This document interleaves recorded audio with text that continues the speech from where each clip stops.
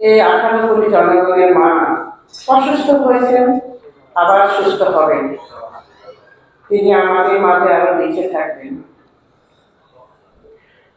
আমি ছোট্ট করে একটা কথাই বলি, আমার সৌভাগ্য হয়েছিল 2016 সালে পৌষ মাসের সময় তার সাথে চট্টগ্রাম যাওয়ার জন্য। সেখানে আমাদের বিখ্যাত কণ্ঠশিল্পী জিয়া পারভিন আপাও ছিলেন, মনিমার ছিলেন। উনি এত সুন্দরভাবে আমাদের মেয়েদের সাথে কথা বলতেন,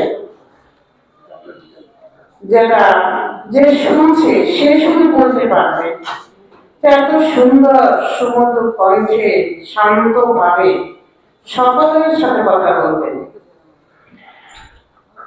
তিনি আমাদের মা। আমরা একটা কথা বলি গানের শুনেছি, এমন দৃষ্টি কোথাও খুঁজে পাবে না তো তুমি, সকল দেশের রানী সেজে আমার জন্মভূমি। ঠিক তেমনি বাংলাদেশ এমন একটু হীরার খনিকে হারিয়েছেন, যেটা কোনোদিন আর পাওয়া সম্ভব না।